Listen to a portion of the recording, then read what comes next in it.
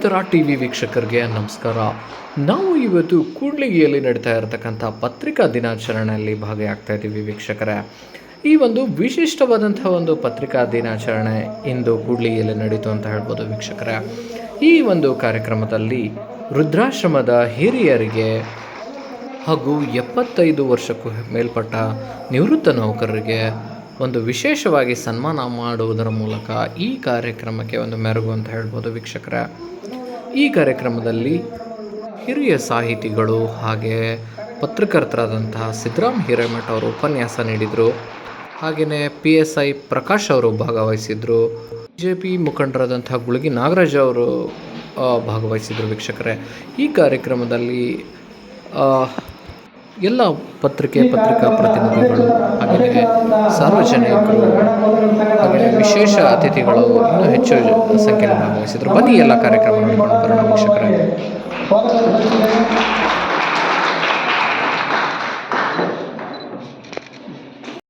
ಕಾಯ್ತಾ ಇದ್ದೀವಿ. ಆ ಕಾರ್ಯಕ್ರಮದ ಒಂದು ಘಟ್ಟವನ್ನು ನಾವು ಹೇಳೋದಾದ್ರೆ, ಈ ಹಿನ್ನೆಲೆ ಅನ್ನುವಂಥದ್ದು ಪ್ರತಿಯೊಂದು ಅಂಶಕ್ಕೂ ಕೂಡ ಸಹಕಾರಿಯಾಗಿರುತ್ತೆ.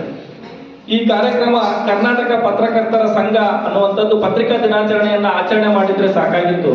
ಆದ್ರೆ ಅವರಲ್ಲಿರುವಂತಹ ಒಂದು ಹೊಸದಾದಂತಹ ಒಂದು ಕಲ್ಪನೆ ಇದೆಯಲ್ಲ, ಕಲ್ಪನೆಗೆ ಎಲ್ಲರೂ ಕೂಡ ನಾವು ತಲೆಬಾಗಬೇಕಾಗುತ್ತೆ. ಏನ ಕಲ್ಪನೆಯಪ್ಪ ಅಂತಂದ್ರೆ, ಇಲ್ಲಿ ಅನೇಕ ಸಾಧಕರು ಅನೇಕ ಹೆಮ್ಮರವಾದಂತಹ ಜೀವನವನ್ನ ಕಟ್ಟಿರ್ತಾರೆ. ಆ ಹಿರಿಯ ಚೇತನರಿಗೆ ಆ ಸನ್ಮಾನದ ಕಲ್ಪನೆಯನ್ನು ಇಟ್ಟುಕೊಂಡು ಇವತ್ತು ಪತ್ರಿಕಾ ದಿನಾಚರಣೆಯನ್ನು ಆಚರಣೆ ಮಾಡ್ತಾ ಇದಾರಲ್ಲ, ಅದು ಅದ್ಭುತವಾದಂತಹ ಒಂದು ಸಂದೇಶವನ್ನ ಈ ಸಮಾಜಕ್ಕೆ ನೀಡಲಿಕ್ಕೆ ಸಾಧ್ಯ ಆಗುತ್ತೆ. ಅಂತ ಮಹೋತ್ತರವಾದಂತಹ ಕಾರ್ಯಕ್ರಮದ ಕುರಿತು ಪ್ರಾಸ್ತಾವಿಕವಾಗಿ ಈ ಕಾರ್ಯಕ್ರಮದ ಉದ್ದೇಶವನ್ನ ತಿಳಿಸ್ಲಿಕ್ಕೆ ನಮ್ಮ ಮುಂದೆ ಬಂದಿದ್ದಾರೆ ರಾಘವೇಂದ್ರಣ್ಣನವರು, ಕರ್ನಾಟಕ ಪತ್ರಕರ್ತರ ತಾಲೂಕು ಅಧ್ಯಕ್ಷರು. ಅವರನ್ನ ನಾನು ವೇದಿಕೆಗೆ ಆಹ್ವಾನವನ್ನು ಮಾಡ್ತಾ ಇದ್ದೀನಿ.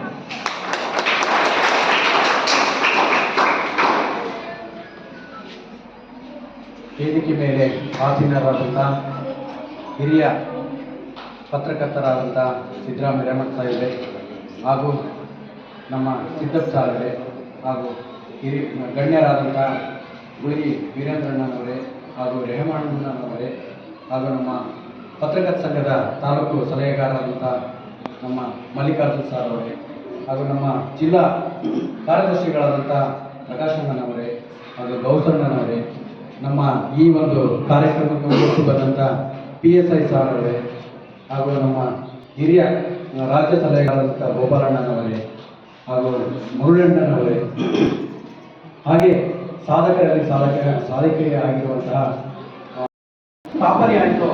ಅಂದಿನಿಂದ ಇವತ್ತಿನವರೆಗೂ ಇಲ್ಲಿನ ಒಂದು ಪ್ರಭಾವವಾಗಿ ಎಲ್ಲ ರೀತಿಯಲ್ಲಿ ಪ್ರಭಾವತೆಯನ್ನು ಬೀರುತ್ತಾ ಇವತ್ತು ಪತ್ರಿಕಾ ರಂಗ ದೊಡ್ಡದಾಗಿ ಬೆಳೆದಿರುವುದರಿಂದ ಇವತ್ತು ಪ್ರತಿಯೊಂದು ಜನರಿಗೆ ಕ್ಷಣದಲ್ಲೂ ತಿಳಿಸುವಂತಹ ವಿಷಯ ಪತ್ರಿಕೆ ಒಂದು ಮಾಧ್ಯಮದ ಮೂಲಕ ತಿಳಿಸುವ ಒಂದು ನಿಟ್ಟಿನಲ್ಲಿ ಈ ಕಾರ್ಯಕ್ರಮಗಳನ್ನು ಪ್ರತಿ ಒಂದು ಜಿಲ್ಲೆಯಲ್ಲಿ ತಾಲೂಕು ರಾಜ್ಯದಲ್ಲಿ ಮಾಡ್ತಾ ಬಂದಿರೋದ್ರಿಂದ ನಾನಾ ರೀತಿಯ ವಿವಿಧ ರೀತಿಯಲ್ಲಿ ಕಾರ್ಯಕ್ರಮಗಳನ್ನು ಪತ್ರಿಕಾ ಮಾಧ್ಯಮದವರಿಂದ ಇವತ್ತು ಮಾಡ್ತಾ ಇದ್ದಾರೆ. ಹಾಗೆ ನಾವು ಸಹ ಕೂಡ್ಲಿಗಿ ತಾಲೂಕಿನ ಕರ್ನಾಟಕ ಪತ್ರಕರ್ತರ ಒಂದು ಸಂಘ ಮೊದಲನೇ ಬಾರಿಗೆ ನಾವು ಈ ಒಂದು ಕಾರ್ಯಕ್ರಮವನ್ನು ಮಾಡ್ತಾ ಇದ್ದೇವೆ. ಇದರಲ್ಲಿ ನಾವು ವಿಶೇಷವಾಗಿ ನಮ್ಮ ಪತ್ರಕರ್ತರ ಸಂಘದಿಂದ ನಾವು ಯಾವುದಾದ್ರೂ ಒಂದು ಸಾಮಾಜಿಕ ಕಾಳಜಿಯನ್ನು ಇಟ್ಕೊಂಡು ಸಮಾಜದ ಒಂದು ಆಗುಹೋಗುಗಳನ್ನು ನೆನೆಸ್ಕೊಂಡು ಈ ಸಮಾಜದಲ್ಲಿ ನಾವು ಬರೆಯುವಂಥ ಬರವಣಿಗೆಯ ಮೂಲಕ ಏನೆಲ್ಲ ವಿಷಯಗಳು ನಾವು ಬರಿತಾ ಇರ್ತೀವಿ, ಆ ವಿಷಯ ಒಂದು ಸಾರ್ವಜನಿಕರಿಗೆ ಮತ್ತು ಸಮಾಜಕ್ಕೆ ಒಂದು ಒಳ್ಳೆಯ ಸಂದೇಶವಾಗಿರುವ ವಿಷಯವನ್ನು ನಾವು ಬರೆಯುವ ಪತ್ರಕರ್ತರಾಗಿದ್ದೇವೆ. ಅದರ ಮೂಲಕ ನಾವು ಇವತ್ತು ನಮ್ಮ ಸಂಘದಿಂದ ಈ ಕಾರ್ಯಕ್ರಮವನ್ನು ವಯೋವೃದ್ಧರು ಏನಿದ್ದಾರೋ ಇವತ್ತು ಪುನಶ್ಚೇತನ ಒಂದು ವೃದ್ಧಾಶ್ರಮದಲ್ಲಿ ನಾವು ನಮ್ಮ ಸಂಘದ ಎಲ್ಲ ಪದಾಧಿಕಾರಿಗಳು ಒಂದು ಚರ್ಚೆ ಮಾಡಿದಾಗ ಪ್ರತಿಯೊಬ್ಬರು ವೃದ್ಧರು ಒಂದು ಆಶ್ರಮದಲ್ಲಿರುವಂತಹ ಕಡೆಯ ವ್ಯಕ್ತಿಗಳಾಗಿ ಪ್ರತಿಯೊಬ್ಬರು ಕಾಣ್ತಾರೆ. ಆ ವಿಷಯವಾಗಿ ನಾವು ಇಲ್ಲಿ ನೋಡಿದಾಗ ಆ ಒಂದು ವೃದ್ಧ ಏನು ಈ ಒಂದು ಹಿರಿಯ ಚೇತನರು ಅವರಿಗೆ ಒಂದು ಒಳ್ಳೆಯ ಗೌರವವಾದಂತ ಒಂದು ಪದವನ್ನು ಬಳಸಬೇಕಾಗುತ್ತೆ.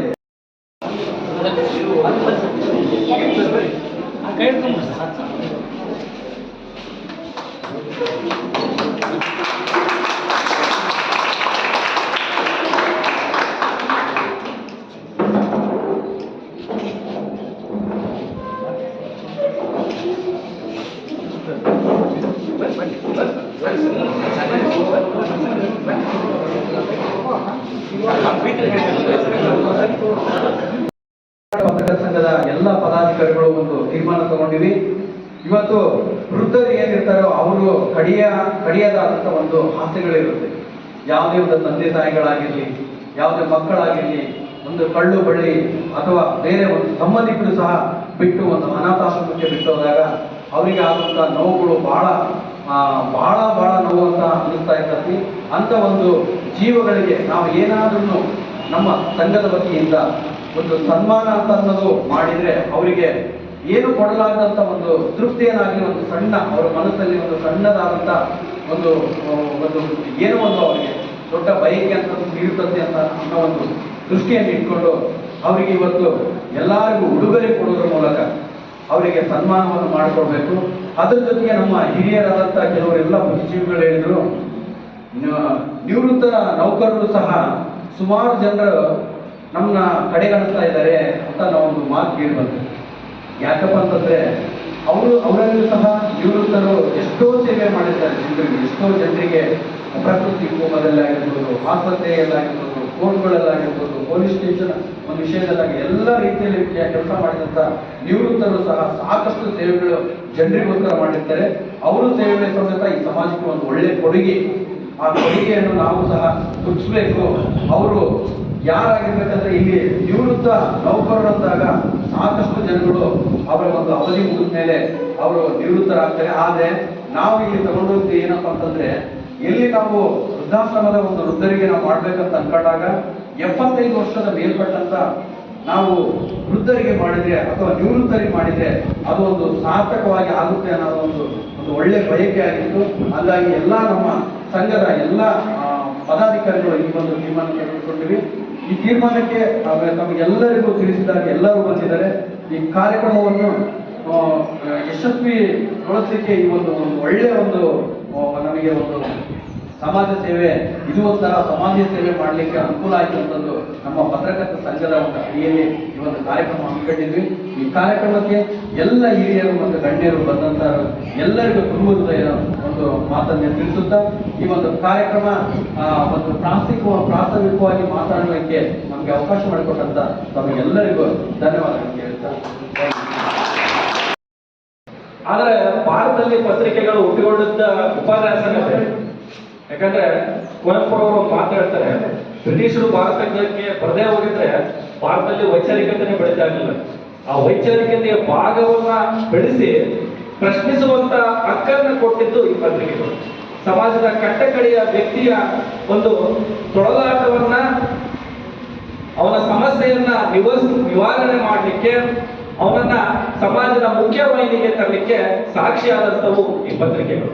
ಈ ಪತ್ರಿಕೆಗಳು ಇಲ್ಲದೆ ಹೋಗಿದ್ದಂದ್ರೆ ಆ ಜನರ ಬದುಕು ಅನ್ನುವಂಥದ್ದು ಬೇರೆ ದಾರಿಯಲ್ಲಿ ಕೇಳ್ತಾರೆ. ಕೇಳ್ಕೊಂಡು ಇವರೆಲ್ಲ ಮಾತಾಡ್ತಕ್ಕಂಥದ್ದು ಕೆಲವು ಸುಳ್ಳು, ಕೆಲವು ನಿಜ, ಹೀಗೆಲ್ಲ ನೋಡ್ಕೊಂಡು ಅದನ್ನು ಮುದ್ರಣ ಮಾಡಬೇಕು. ಸುದ್ದಿಯನ್ನು ಯಾವುದು ನಿಜ ಅನ್ನೋದನ್ನ ಮುದ್ರಣ ಮಾಡಬೇಕು ಅಂತಂದು ಅವ್ರಿಗೆ ವಿಚಾರ ತಲೆಗೆ ಬರುತ್ತೆ. ಅದನ್ನ ಪತ್ರಿಕೆಯಲ್ಲೂ ಸಹಿತ ಹಾಕ್ತಾರೆ, ಪ್ರಕಟ ಮಾಡ್ತಾರೆ. 4 ಜನ ಸೇರ್ಕೊಂಡಾಗ ಇಲ್ಲಿ ಮಾತನಾಡ್ತಾ ಇದ್ರು, ಅದು ಸುಳ್ಳು ಸುದ್ದಿ ಆಗಿರ್ತಾ ಇತ್ತು. ಆ ಉದ್ದೇಶದಿಂದ ಈ ಪತ್ರಿಕೆಯನ್ನ ನಿಜ ಸುದ್ದಿ ತಿಳಿಸ್ಬೇಕು ಅಂತೇಳಿ ನಾನು ಪ್ರಾರಂಭ ಮಾಡಿದೆ ಅಂತ ಅವರು ಪತ್ರಿಕೆಯಲ್ಲಿ ಪ್ರಕಟ ಮಾಡ್ತಾರೆ. ಅಲ್ಲಿಂದ ಈ ಮಂಗಳೂರು ಸಮಾಚಾರ ಅಂತಕ್ಕಂಥ ಪತ್ರಿಕೆ ಆ ಒಂದು ಹಿನ್ನೆಲೆಯಲ್ಲಿ ಪ್ರಾರಂಭ ಆಗ್ತದೆ. 1780ರಲ್ಲಿ ಜನವರಿ 29ರಂದು ಬೆಂಗಾಲ್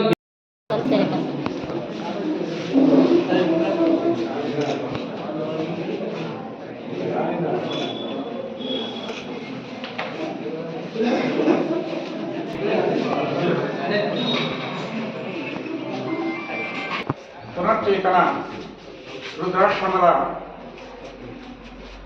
ಬಂಧುಗಳೇ, ನಿವೃತ್ತ ನೌಕರರ ಬಂಧುಗಳೇ, ಮಾಧ್ಯಮದ ಎಲ್ಲ ಮಿತ್ರರೇ, ಜ್ಞಾನಭಾರತಿ ಶಿಕ್ಷಣ ಸಂಸ್ಥೆಯ ಎಲ್ಲ ಸಿಬ್ಬಂದಿ ವರ್ಗದವರೇ, ಭಾರತದ ಪ್ರಪ್ರಥಮ ದಿನಪತ್ರಿಕೆಯಾದಂಥ ದ ಬೆಂಗಾಲ್ ಗೆಜೆಟ್ ಹಾಗೂ ನಮ್ಮ ಕರುನಾಡಿನ ಹೆಮ್ಮೆಯ ಐತಿಹಾಸಿಕ ಪತ್ರಿಕೆಯಾದಂಥ ಮಂಗಳೂರು ಸಮಾಚಾರ, ಈ ಎರಡೂ ಪತ್ರಿಕೆಗಳು ಸ್ವಾತಂತ್ರ್ಯ ಚಳವಳಿಯ ಸಂದರ್ಭದಲ್ಲಿ ಭಾರತೀಯರಿಗೆ ಇವತ್ತು ಇತಿಹಾಸ. ಮಾನ್ಯರೇ,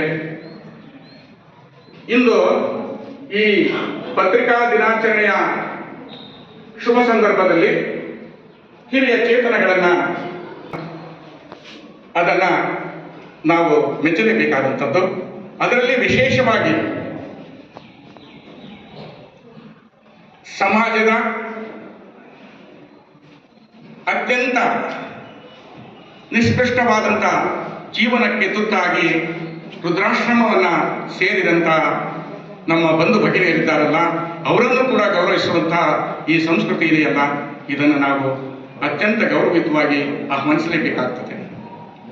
ಈ ಸಂದರ್ಭದಲ್ಲಿ ನಾನು ಹೇಳ್ತಕ್ಕಂಥದ್ದು ಇಷ್ಟೇ, ಪ್ರಜಾಪ್ರಭುತ್ವದ 4ನೇ ಆಯಾಮವಾಗಿ ಕರ್ತವ್ಯವನ್ನು ನಿರ್ವಹಿಸುವಂಥ ಪತ್ರಿಕೆಗಳು ಸಮಾಜವನ್ನು ಜಾಗೃತಗೊಳಿಸುವುದರ ಜೊತೆಗೆ ಇಡೀ ಸಮಾಜದಲ್ಲಿರ್ತಕ್ಕಂಥ ಗಣ್ಯಮಾನ್ಯರಿಗೆ ಅದರಲ್ಲೂ ವಿಶೇಷವಾಗಿ ಹೆಚ್ಚಾಗಿ ನಡೆಯಲಿ ಅನ್ನುವಂಥ ಶುಭವನ್ನು ಹಾರೈಸ್ತಾ ನನ್ನ 2 ಮಾತುಗಳನ್ನು ಮುಗಿಸ್ತಾ ಇದ್ದೇನೆ.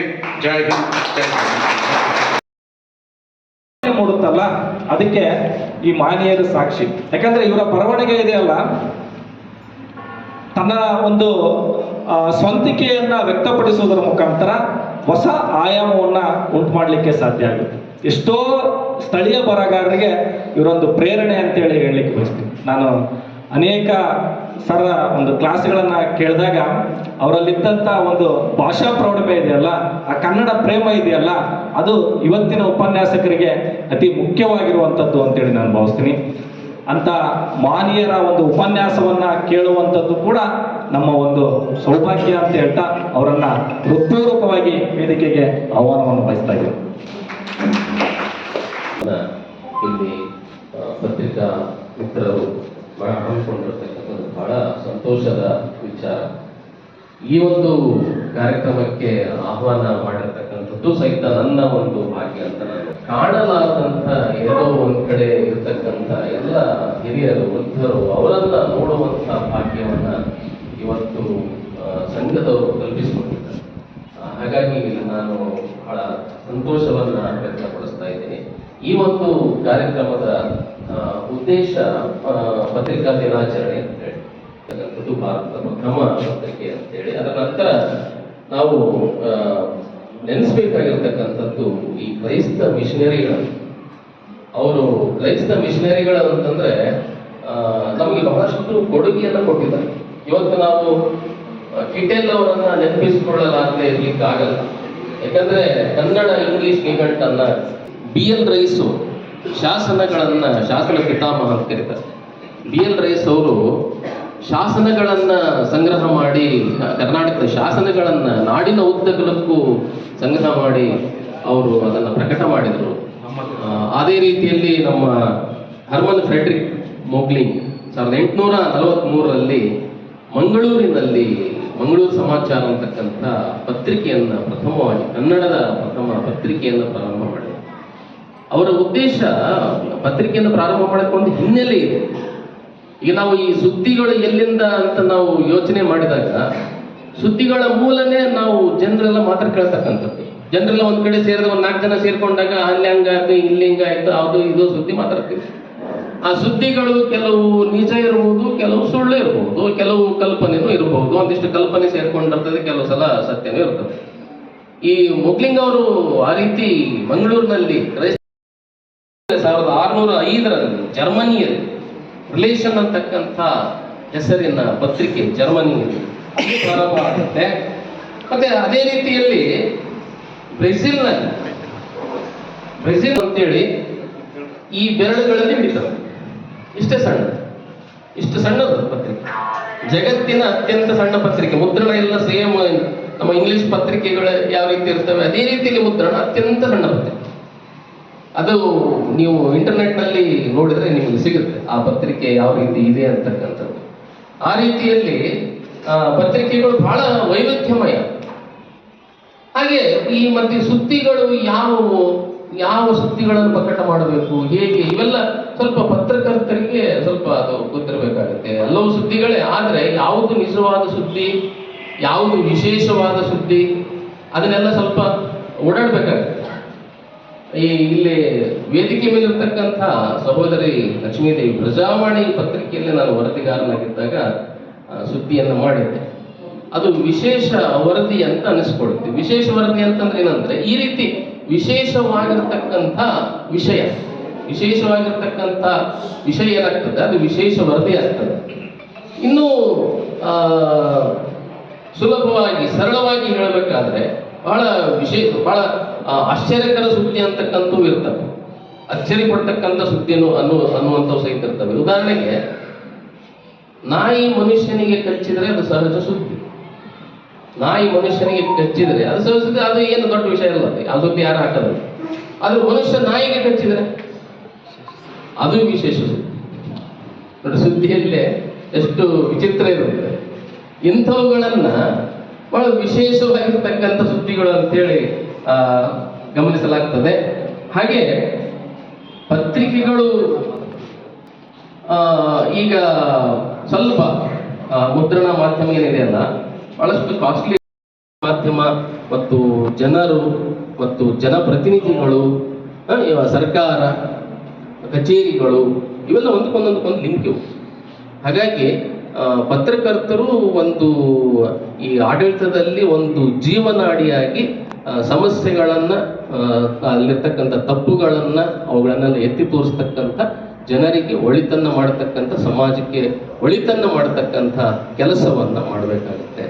ಆ ರೀತಿಯಲ್ಲಿ ಪತ್ರಕರ್ತರೆಲ್ಲ ತೊಡಗಿಸಿಕೊಳ್ಬೇಕು. ಎಲ್ಲ ಮಿತ್ರರು, ಪತ್ರಿಕಾ ಮಾಧ್ಯಮದ ಮಿತ್ರರು ಎಲ್ಲ ಒಳ್ಳೆ ಕಾರ್ಯಗಳನ್ನು ಹಮ್ಮಿಕೊಂಡಿದ್ದಾರೆ, ಕೆಲಸಗಳನ್ನು ಮಾಡ್ತಾ ಇದ್ದಾರೆ. ಇಲ್ಲಿ ಇಂಥ ಒಂದು ಅತ್ಯುತ್ತಮವಾಗಿರ್ತಕ್ಕಂಥ ಕಾರ್ಯ ಇದನ್ನ ಹಮ್ಮಿಕೊಂಡು ನಾನು ಹೇಳಿದೆ, ಯಾಕಂದ್ರೆ ಎಲ್ಲ ವೃದ್ಧರು ಇರ್ತಾರೆ, ಹಿರಿಯರು ಇರ್ತಾರೆ, ಅವ್ರಿಗೆ ಜಾಸ್ತಿ ಹೊತ್ತು ಕೂಡ್ಲಿಕ್ಕೆ ಆಗಲ್ಲ, ನಾನು ಮಾತಾಡ್ಲಿಕ್ಕೆ ಆಗಲ್ಲ, ಜಾಸ್ತಿ ಹೊತ್ತು ಸಮಯ ಬಹಳ ಕಡಿಮೆ ತಗೊಂಡು ನಾನು ಮುಗಿಸ್ತೇನೆ ಅಂತ ಹೇಳಿದ್ದೆ. ಹಾಗಾಗಿ ಎಲ್ಲ ಹಿರಿಯರಿದ್ದೀರಿ ಅಂತಂದ್ರೆ ನೀವು ಅಧಿಕೃತವಾಗಿ ಸ್ಟೇಷನ್ನಲ್ಲಿ ತಿಳಿದುಕೊಳ್ಳುವವರೆಗೂ ಸುದ್ದಿಯನ್ನು ಕಳಿಸ್ಬೇಡ್ರಿ. ಅದಕ್ಕಾಗಿ ಅವರು ಡೆಡ್ಲೈನ್ ಅಂತ ಇಟ್ಟಿರ್ತಾರೆ. ಡೆಡ್ಲೈನ್ ಅಂತಂದ್ರೆ ರಾತ್ರಿ 11-12 ಗಂಟೆವರೆಗೂ ಕಾಯ್ತಾ ಇರ್ತಾರೆ. ಯಾವುದೋ ಒಂದು ವಿಶೇಷ ಸುದ್ದಿ ಬಂದ್ರೆ ಕೆಲವು ಸುದ್ದಿಗಳನ್ನು ತೆಗೆದು ಈ ಸುದ್ದಿಯನ್ನು ಪ್ರಮುಖವಾಗಿ ಪ್ರಕಟ ಮಾಡ್ತಾರೆ, ಅಂಥವುಗಳು ಇರ್ತವೆ.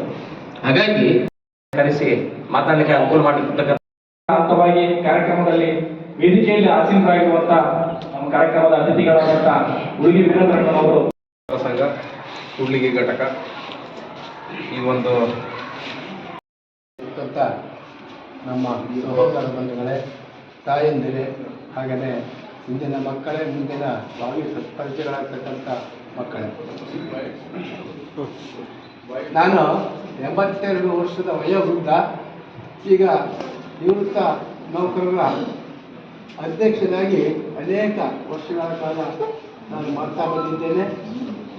ನಾನೇನು ಮಾಧ್ಯಮದ ಬಗ್ಗೆ, ಪತ್ರಕರ್ತರ ಬಗ್ಗೆ ನಾನು ಮಾತಾಡೋದಿಲ್ಲ, ಅದರಿಂದ ಒಂದು ವಿಷಯ ಹೇಳ್ಕೊಳ್ಳೋಕೆ ಇಷ್ಟಪಡ್ತೇನೆ. ನಮ್ಮ ಮಾನ್ಯ ಈ ಪತ್ರಿಕಾ ಪ್ರತಿನಿಧಿಯ ಅಧ್ಯಕ್ಷರಾಗಿರ್ತಕ್ಕಂಥ ಶ್ರೀಮಾನ್ ಕಾಲ್ಮನಿ ರಾಘವೇಂದ್ರವರು 9ನೇ ತಾರೀಕು ನಮ್ಮನೆಗೆ ಬಂದು ನಮಗೆ ಒಂದು ಲಿಸ್ಟ್ ಮಾಡಿಕೊಟ್ಟಿರ್ತಾರ ಹೇಳಿದ್ರು. ನಾನು ಭಾಳ ಸಂತೋಷಗೊಂಡೆ. ಆದರೆ ಇವತ್ತು ನನಗೆ 82 ವರ್ಷದಲ್ಲಿ ನಾನು ಸಮಾಜದ ಅನೇಕ ಕಾರ್ಯಕ್ರಮಗಳನ್ನು ನೋಡ್ತಾ ಇದ್ದೀನಿ. ಆದರೆ ನಿವೃತ್ತರನ್ನು ಕರೆಸಿ ಅವ್ರಿಗೆ ಸನ್ಮಾನ ಮಾಡತಕ್ಕಂಥ ಈ ಗುಣವನ್ನು ನಾನು ಮೆಚ್ಕೊಂಡು ಆತನಿಗೆ ಒಂದು ಆಶೀರ್ವಾದ ಕೂಡ ಮಾಡಿದೆ. ನಾನು ಯಾಕಂದರೆ 82 ವರ್ಷದ ಸ್ವಾಮಿ ಆತನಿಗೆ ಆಶೀರ್ವಾದ ಮಾಡಿದೆ. ನಿಮ್ಮಂಥವರು ಪಾತ್ರ ಬಹಳ ಪ್ರಮುಖವಾಗಿರ್ತದೆ. ಯಾಕಂತಂದ್ರೆ ಇವತ್ತು ಈ ಕಾರ್ಯಾಂಗ, ನ್ಯಾಯಾಂಗ, ಶಾಸಕಾಂಗ, ಇವು ಮೂರು ವಿಚಾರಗಳು ಸರಿಯಾಗಿ ಕೆಲಸ ಮಾಡ್ತಾ ಇದಾರ ಇಲ್ಲೋ, ಈ ಜನಸಾಮಾನ್ಯರಿಗೆ ಮುಟ್ಬೇಕಾದಂಥ ಸವಲತ್ತುಗಳು ಮುಟ್ತಾ ಇದಾವೆ ಇಲ್ಲೋ, ವಿಚಾರಗಳು ಕರೆಕ್ಟ್ ಆಗಿದಾವೆ, ಕೆಲಸ ಆಗ್ತದೆ ಅಂತಂದು ಏನಾದರೂ ವ್ಯತ್ಯಾಸಗಳಾದ್ರೆ ಅದನ್ನ ಸರಿ ಮಾಡೋಂಥ ಕೆಲಸ ಇವತ್ತು ಯಾರಾದ್ರೂ ಮಾಡ್ತಾ ಇದ್ದಾರೆ, ಅದು ಪತ್ರಿಕಾ ರಂಗ. ಇವತ್ತು ರಾಜಕಾರಣಿಗಳು ಏನಾಗಿದೆ, ಇವತ್ತು ಕೆಲವೊಂದು ಒತ್ತಡಗಳು ಕೆಲಸ ಮಾಡ್ತಾರೆ, ಕೆಲವೊಂದು ಮಾಡಲ್ಲ. ನಿಸ್ವಾರ್ಥ ಸೇವೆಯಿಂದ ಇವತ್ತು ಏನಾದರೂ ಕಟ್ಟ ಕಡೆಯ ವ್ಯಕ್ತಿಗೆ ನ್ಯಾಯ ಕೊಡಿಸಂತ ಏನಾದರೂ ಒಂದು ಒಳ್ಳೆ ಕೆಲಸ ಮಾಡ್ಬೇಕಂತಂದ್ರೆ ಅದು ಇವತ್ತು ನಮ್ಮ ಪತ್ರಿಕಾ ರಂಗದವರು ಮಾಡ್ತಾರೆ. ಇವತ್ತೇನು ಸದೃಢ ಸಮಾಜ ಅಂತ ಹೇಳಿದ್ವಿ, ಅದು ಕಟ್ಟಬೇಕಂತಂದರೆ ಬರೀ ಪತ್ರಿಕಾ ಮಾಧ್ಯಮ ಒಂದೇ ಸಾಧ್ಯ ಇಲ್ಲ. ಇವತ್ತೇನು ನಾವು ಜನಸಾಮಾನ್ಯರಿದ್ದೀವಿ, ನಾವೆಲ್ಲರೂ ಅವ್ರಿಗೆ ಕೈ ಜೋಡಿಸೋಂಥ ಕೆಲಸ ಮಾಡಬೇಕು. ಇತ್ತೀಚಿನ ದಿನಕ್ಕೆ ಏನಾಗಿದೆಪ್ಪ ಅಂತಂದರೆ, ಈ ನಮ್ಮೂರಲ್ಲಿ ಏನೋ ಒಂದು ಸಮಸ್ಯೆ ಆಗಿದೆ ಅಂತಂದರೆ ಸ್ಟ್ರೈಕ್ ಮಾಡ್ತಿರ್ತೀವಿ. ಇವತ್ತು ಯಾವುದೋ ಸಂಘದವ್ರು ಮಾಡ್ತಿರ್ಬೋದು, ಪತ್ರಿಕೆದವ್ರು ಮಾಡ್ಬೋದು, ಇನ್ನೊಂದು ಮಾಡ್ತಿರ್ಬೋದು. ಇವತ್ತು ಜನ ಏನು ಮಾಡ್ತಾರೆ, ಹಂಗೆ ನೋಡ್ಕೊಂಡು ಹಂಗೇ ಹೋಗ್ತಾ ಇರ್ತಾರೆ. ನಮಗೇನದು ಸಂಬಂಧ ಇಲ್ಲ ಬಿಡಪ್ಪ, ನಮಗೇನದು ಯಾವುದೇ ನಮಗೆ ಅದು ಸಂಬಂಧ ಇಲ್ಲದ ವಿಚಾರ ನನಗೆ. ಇವತ್ತು ನೋಡ್ರಿ, ಇವತ್ತು ಪತ್ರಿಕಾ ರಂಗದವ್ರು ಇವತ್ತು ಆ ರಂಗ ಎಷ್ಟು ಕಷ್ಟ ಇದೆ ಅಂತ ನಾನು ಹಿರಮಾಡ್ ಸಾರ್ ಅವ್ರು ಹೇಳಿದ್ರು. ಇವತ್ತು ಏನೋ ಸುದ್ದಿ ಮಾಡ್ಬೇಕಪ್ಪ ಅಂತಂದರೆ, ಒಂದು ಸತ್ಯ ಹೇಳ್ಬೇಕಂತಂದ್ರೆ ಇವತ್ತು ಸಮಾಜ ಜಾಸ್ತಿ ಈಸಾಗಿ ಜಲ್ದಿಯಾಗಿ ಎಕ್ಸೆಪ್ಟ್ ಮಾಡ್ಕೊಳಲ್ಲ. ಯಾಕಂದ್ರೆ ಸತ್ಯ ಹೇಳಕ್ ಹೋದ್ರೆ 100 ಜನ ವೈರಿಗಳು ಬಿಡ್ತಾರೆ. ಇವತ್ತು ಅಷ್ಟು ನಿಸ್ವಾರ್ಥ ಸೇವೆಯಿಂದ ಕೆಲಸ ಮಾಡ್ತಾ ಇದ್ದಾರೆ ಅಂತಂದ್ಮೇಲೆ ನಾವು ಬೋಧಿಸ್ಬೇಕು. ಇತ್ತೀಚೆಗೆ ಏನಾಗಿದೆ, ಸೋಷಿಯಲ್ ಮೀಡಿಯಾ ಭಾಳ ಪವರ್ಫುಲ್ ಆಗಿತ್ತು. ಇವತ್ತು ಸೋಷಿಯಲ್ ಮೀಡಿಯಾದಲ್ಲಿ ಸಾಕಷ್ಟು ವಿಚಾರಗಳು ಬರ್ತಾವೆ. ಆ ಸಾಕಷ್ಟು ವಿಚಾರಗಳನ್ನು ಇವತ್ತು ವಾಟ್ಸಪ್ಪಲ್ಲಿ, ಫೇಸ್ಬುಕ್ಕಲ್ಲಿ, ಟ್ವಿಟರ್ಲಿ ಏನೋ ಹಾಕ್ತಿದ್ದಂಗೆ ಇಮಿಡಿಯೇಟಾಗಿ ಅದಕ್ಕೆ ಕಮೆಂಟ್ ಮಾಡ್ತಾರೆ. ಇವತ್ತು ವ್ಯವಸ್ಥೆ ಹೆಂಗಿದೆ ಅಂತಂದರೆ, ಅಂಥ ವಿಚಾರಗಳಿಗೆ ಅವು ಸತ್ಯ ಅದವೋ ಸುಳ್ಳೋದು ಗೊತ್ತಿಲ್ಲ. ಅವು ಆ ವಿಚಾರ ತಿಳ್ಕೊಂಡು ಅಷ್ಟೊತ್ತಿಗೆ ಆಲ್ರೆಡಿ ಅದು ಸುದ್ದಿನ ಹಳೇದಾಗೋಗ್ಬಿಟ್ಟಿರ್ತೈತಿ. ಬಟ್ ಆದ್ರೆ ಅದಕ್ಕೆ ಮಾತ್ರ ಇಮಿಡಿಯೇಟ್ ಕಮೆಂಟ್ ಕೊಡ್ತಾರೆ. ಅದೇ ಇವತ್ತು ನಮ್ಮ ಪತ್ರಿಕಾ ಮಾಧ್ಯಮದ ನಮ್ಮ ಲೋಕಲ್ಗೆ ಯಾವುದೋ ಒಂದು ಏನಾದರೂ ಸಮಸ್ಯೆಗಳನ್ನು ಇವತ್ತು ಪತ್ರಿಕೆಯಲ್ಲಿ ಗುರುತಿಸಿದಾಗ ಅವ್ರಿಗೆ ಒಂದು ಫೋನ್ ಮಾಡಿ, ನಾವು ಯಾರು ಫೋನ್ ಮಾಡಿ ಹೇಳಲ್ಲ, ಸರ್ ಇವತ್ತು ನಮ್ಮ ಊರಲ್ಲಿ ಒಂದು ಸಮಸ್ಯೆ ಇತ್ತು, ಇವತ್ತು ಅದನ್ನು ಗುರುತಿಸಿ ನೀವು ನಮಗೊಂದು ಒಳ್ಳೆ ಕೆಲಸ ಮಾಡಿದ್ರ, ಇವತ್ತು ನಮ್ಗೆ ಅನುಕೂಲ ಆಗಿದೆ ಅಂತಂದು ಹೇಳುವಂಥ ಕೆಲಸ ಇವತ್ತು ನಮ್ಮಲ್ಲಿ ಆಗ್ತಾ ಇಲ್ಲ. ಇದು ನಿಜವಾಗ್ಲೂ ಭಾಳ ಬೇಜಾರಂತ ಸಮಸ್ಯೆ. ಅದೇ ನೋಡ್ರಿ, ವಾಟ್ಸಪ್ಪಲ್ಲಿ, ಫೇಸ್ಬುಕ್ಕಲ್ಲಿ ಏನಾಗಲಿ ಇಮಿಡಿಯೇಟ್ ಚಕ ಅನ್ನಂಗೆ ನಾವು ಕಮೆಂಟ್ ಮಾಡ್ತೀವಿ ನಾವು. ಅಂಥ ಒಂದು ವ್ಯವಸ್ಥೆ ಬಂದಿದೆ. ಹಾಗಾಗಿ ಇವತ್ತು ಪತ್ರಿಕಾ ಭಂಗ ಅಂದರೆ ಪಾಪ ಇವತ್ತು ಹೇಳ್ಬೇಕಂತಂದರೆ ಅವ್ರಿಗೆ ಯಾವುದೇ ಒಂದು ರಂಗ ನಡಿಬೇಕಪ್ಪ ಅಂದ್ರೆ ಆರ್ಥಿಕ ಮೂಲ ಭಾಳ ಇಂಪಾರ್ಟೆಂಟ್ ಆಗುತ್ತೆ. ಇವತ್ತು ಅವರಿಗೆಲ್ಲ ಸಂಭಾವನೆವೆಲ್ಲ ಕೇಳಿದರೆ ನಿಜವಾಗ್ಲೂ ಭಾಳ ಕಷ್ಟ ಇದೆ. ಆದರೆ ಇವತ್ತು ಒಂದು ಸಮಾಜ ಒಳಿತಿಗೋಸ್ಕರ ಇವತ್ತು ಏನು ಮಾಡ್ತಾ ಇದ್ದಾರೆ, ತಮ್ಮನ್ನ ತಾವು ಸಮರ್ಪಿಸಿ ಇವತ್ತು ಜನಗಳಿಗೆ ಅನುಕೂಲ ಆಗಬೇಕು, ಕಟ್ಟ ಕಡೆ ನ್ಯಾಯ ಸಿಗಬೇಕು, ಯಾರ್ಯಾರು ಏನಾದ್ರು ಅನುಕೂಲ ಆಗ್ಬೇಕಂತ ವಿಚಾರಗಳಲ್ಲಿ ಅವರೊಂದು ಪಾತ್ರ ಭಾಳ ಪ್ರಮುಖವಾಗಿ ಕೆಲಸ ಮಾಡ್ತಾ ಇದ್ದಾರೆ.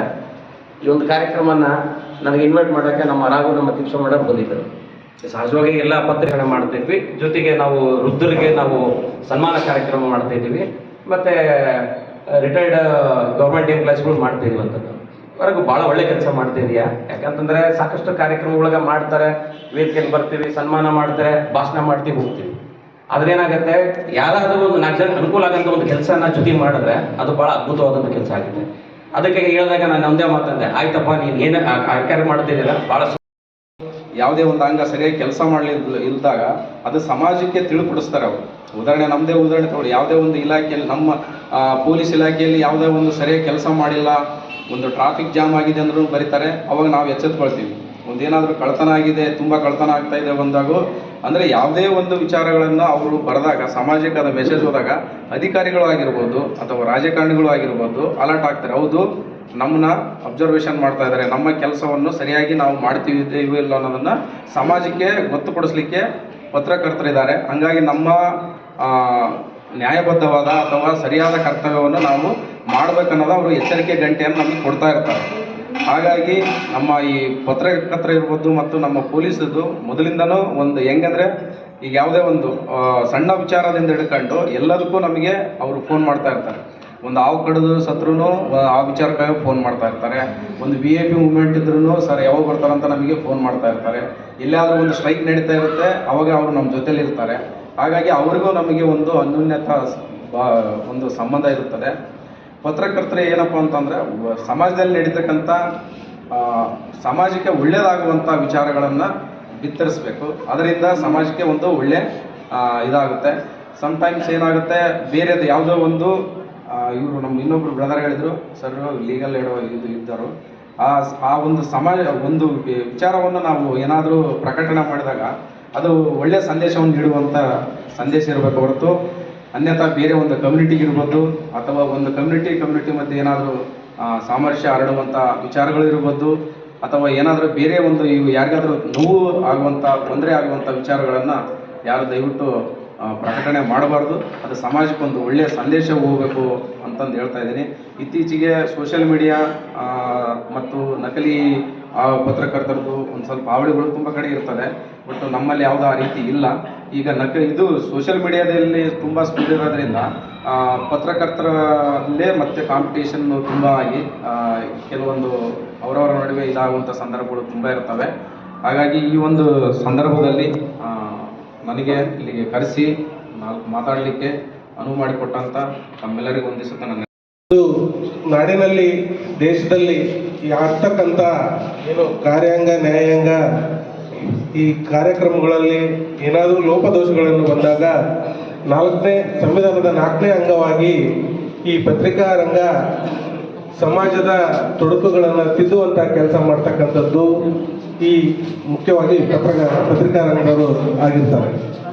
ಹಾಗಾಗಿ ಪತ್ರಕರ್ತರು ತಮ್ಮ ಜವಾಬ್ದಾರಿಯನ್ನು ಅರಿತು ಪತ್ರಿಕೆಗಳನ್ನು ಹೊರಡಿಸ್ತಕ್ಕಂಥದ್ದು, ಅವರು ಲೇಖನ ಇರ್ತಕ್ಕಂಥ ತಮ್ಮ ವೈಯಕ್ತಿಕ ತೊಡಗುಗಳನ್ನು ಮರೆತು ವೈಯಕ್ತಿಕ ಅವರು ವೀರೇಂದ್ರ ಅವರು ಹೇಳಿದಾಗೆ ವೈಯಕ್ತಿಕ ಜೀವನ ಅವರದ್ದು ತುಂಬ ಕಷ್ಟಕರವಾಗಿರ್ತದೆ. ಆದರೂ ಸಹ ಸಮಾಜದ ಒಳಿತಿಗಾಗಿ ಅವರು ನೇರವಾಗಿ ಯಾರಿಗೂ ಹೆದರದೆ, ಯಾವುದೇ ಬೆದರಿಕೆಗಳಿಗೆ ಹೆದರದೆ ಪತ್ರಿಕೆಯ ಮೂಲಕ ಸಮಾಜದ ತೊಡಕುಗಳನ್ನು ತಿದ್ದುವಂಥ ಕೆಲಸ ಮಾಡ್ತಿರ್ತಾರೆ. ಹಾಗಾಗಿ ಅಂತ ಎಲ್ಲ ಪತ್ರಕರ್ತರಿಗೂ ಸಹ ನಾವು ಇವತ್ತು ಅವ್ರನ್ನ ನೆನೆಸ್ಬೇಕಾದಂಥ ಒಂದು ಸಂದರ್ಭ ಬರುತ್ತೆ. ಹಾಗೆ ಆರ್ಟಿಕಲ್ 19 ಪ್ರಕಾರ ಏನು ವಾಕ್ ಸ್ವಾತಂತ್ರ್ಯ ಅಂದರೆ ನಾವು ಎಲ್ಲಿ ಬೇಕಿದ್ರು ಮಾತಾಡ್ಬೋದು, ಆಮೇಲೆ ಏನಾದರೂ ಪ್ರಕಟಿಸ್ಬೋದು ಅಂತ ಸಂವಿಧಾನದ ಅಡಿಯಲ್ಲಿ ನಾವೇನು ನೋಡ್ತಾ ಇದ್ದೀವಲ್ಲ.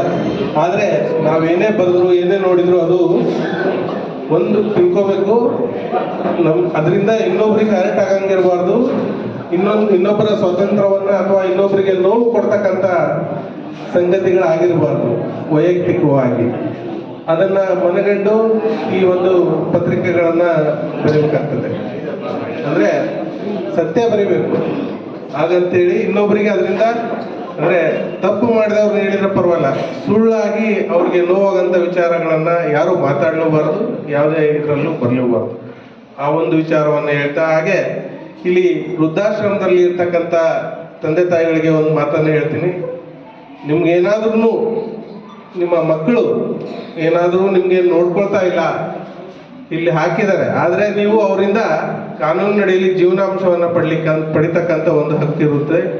ಯಾರಿಗೆ ನಿಮ್ಮ ಮಕ್ಕಳು ನೋಡ್ಕೊಳ್ಳಲ್ಲ, ನಿಮ್ಮ ಆಸ್ತಿಗಳು ಒಂದು ವೇಳೆ ಅವ್ರ ಹೆಸರಿಗೆ ಮಾಡಿಕೊಟ್ಟಿದ್ದೇ ಆಗಿದ್ದು ಈಗ ನಿಮ್ಮನ್ನು ಒಂದು ವೇಳೆ ಹೊರಗೆ ಹಾಕಿದ್ರೆ ನೀವು ನಮ್ಮದು ಉಚಿತ ಕಾನೂನು ನೆರವು ಸಮಿತಿ ಇದೆ, ಅಲ್ಲಿ ಬಂದು ಏನು ನೀವು ಒಂದು ಅರ್ಜಿಯನ್ನು ಕೊಟ್ಟರೆ ನಾವು ಹಿಂಗೆ ನಮ್ಮ ಮಕ್ಕಳಿಗೆ ಆಸ್ತಿಯನ್ನು ಮಾಡಿಕೊಟ್ಬಿಟ್ಟಿದ್ದೀವಿ, ಆಮೇಲೆ ನಮ್ಮನ್ನು ಈಗ ಹೊರಗೆ ಹಾಕಿದ್ದಾರೆ ಅಂತ ಏನಾದರೂ ನೀವು ಅರ್ಜಿ ಕೊಟ್ಟರೆ ನಿಮ್ಮ ಆಸ್ತಿಯನ್ನು ನಿಮ್ಮ ಹೆಸರಿಗೆ ವಾಪಸ್ ಮಾಡಿಸಿ ನಿಮಗೆ ಉಚಿತವಾದಂಥ ಕಾನೂನು ನೆರವನ್ನು ಸಹ ನಮ್ಮ ನ್ಯಾಯಾಲಯದ ವತಿಯಿಂದನೂ ಮಾಡಿಕೊಡ್ತೀವಿ. ಹಾಗೆ ಈ ಒಂದು ಕಾರ್ಯಕ್ರಮದಲ್ಲಿ ಪತ್ರಕರ್ತರು ನನ್ನನ್ನು ಅವರ ಕಾನೂನು ಸಲಹೆಗಾರರಾಗಿ ನೇಮಕ ಮಾಡಿಕೊಂಡಿದ್ದಾರೆ.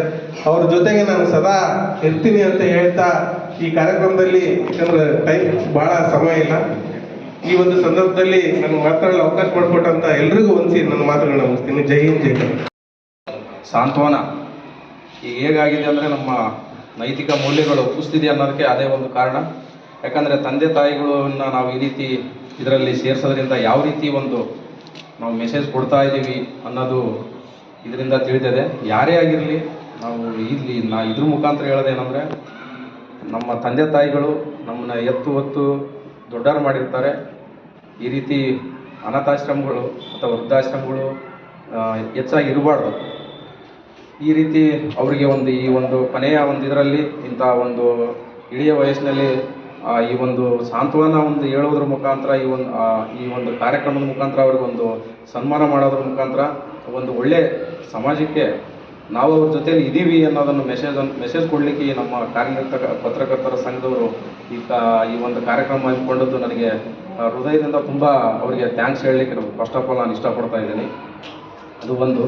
ನಂತರ ಈಗ ಪತ್ರಕರ್ತರು ಮತ್ತು ನಾವು ಪೊಲೀಸ್ನವರು ಎರಡೂ ಒಂದು ಮುಖದ ಎರಡು ನಾಣ್ಯ ಇದ್ದಂಗೆ. ಯಾಕಂದರೆ ನಾವು ಎಲ್ಲಿರ್ತೀವೋ ಅವರು ನಮ್ದು ಸುತ್ತನೇ ಇರ್ತಾರೆ. ಅಂದರೆ ಏನು ಅವರಿಗೆ ವಿಷಯ ಬರೀಲಿಕ್ಕೆ ಅಥವಾ ಏನು ಸಿಗುತ್ತದೆ ಅಂತ ಹೇಳ್ಬಿಟ್ಟು ನಮ್ಮ ಜೊತೆಗೆ ತುಂಬ ಒಡನಾಡಿಯಾಗಿ ತುಂಬ ಜೊತೆಗೆ ನಮ್ಮ ಕಾಂಟ್ಯಾಕ್ಟ್ ಇರ್ತಾರೆ. ಇದು ಈಗ ನಮ್ಮ ಇವರು ವೀರೇಂದ್ರ ಸರ್ ಹೇಳಿದರು, ಈಗ ಇದೆ ಪತ್ರಿಕಾ ರಂಗ 4ನೇ ಅಂಗ ಅಂತಲೂ ನಾವು ಹೇಳ ಕಳೆದ 7 ವರ್ಷ ಆಗ್ತಾ ಇದೆ.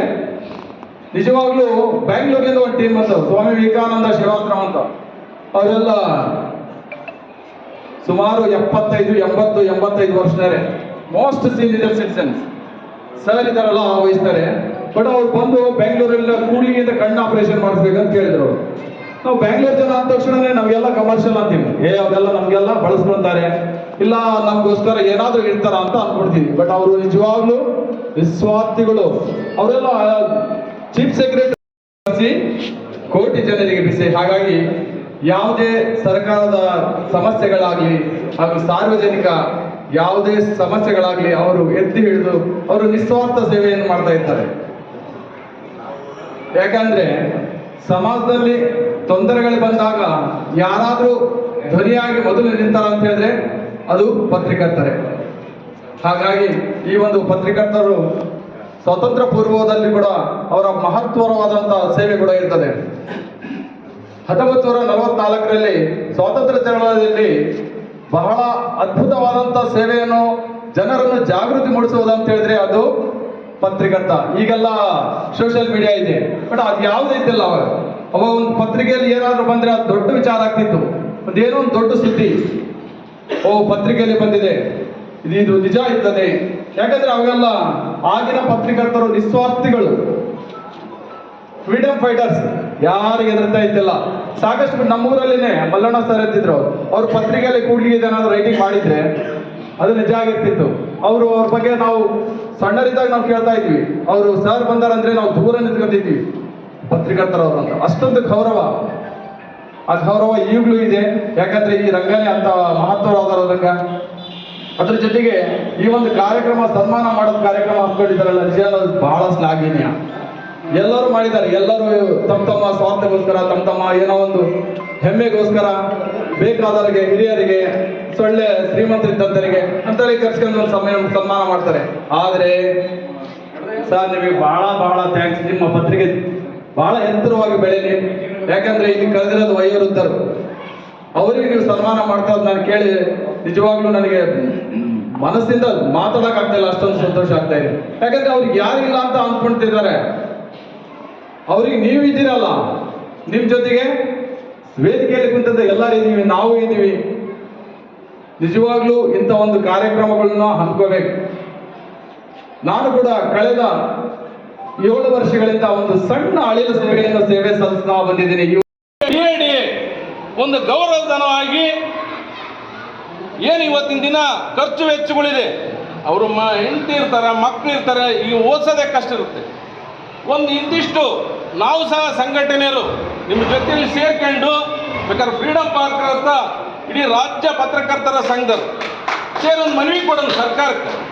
ಅದನ್ನು ಬಡ್ಜೆಟ್ನಲ್ಲಿ ತೆಗಿಬಾರ್ದೇನೋ ಅಂತ ಏನಿದೆ, ಸುಮ್ಮನೆ ಸುಳ್ಳು 100 ಕೋಟಿ ರೂಪಾಯಿ 300 ಕೋಟಿ ರೂಪಾಯಿ ತೆಗೆದು ಕಮಿಷನ್ ಹೋಗ್ತಿರ್ತಾರೆ.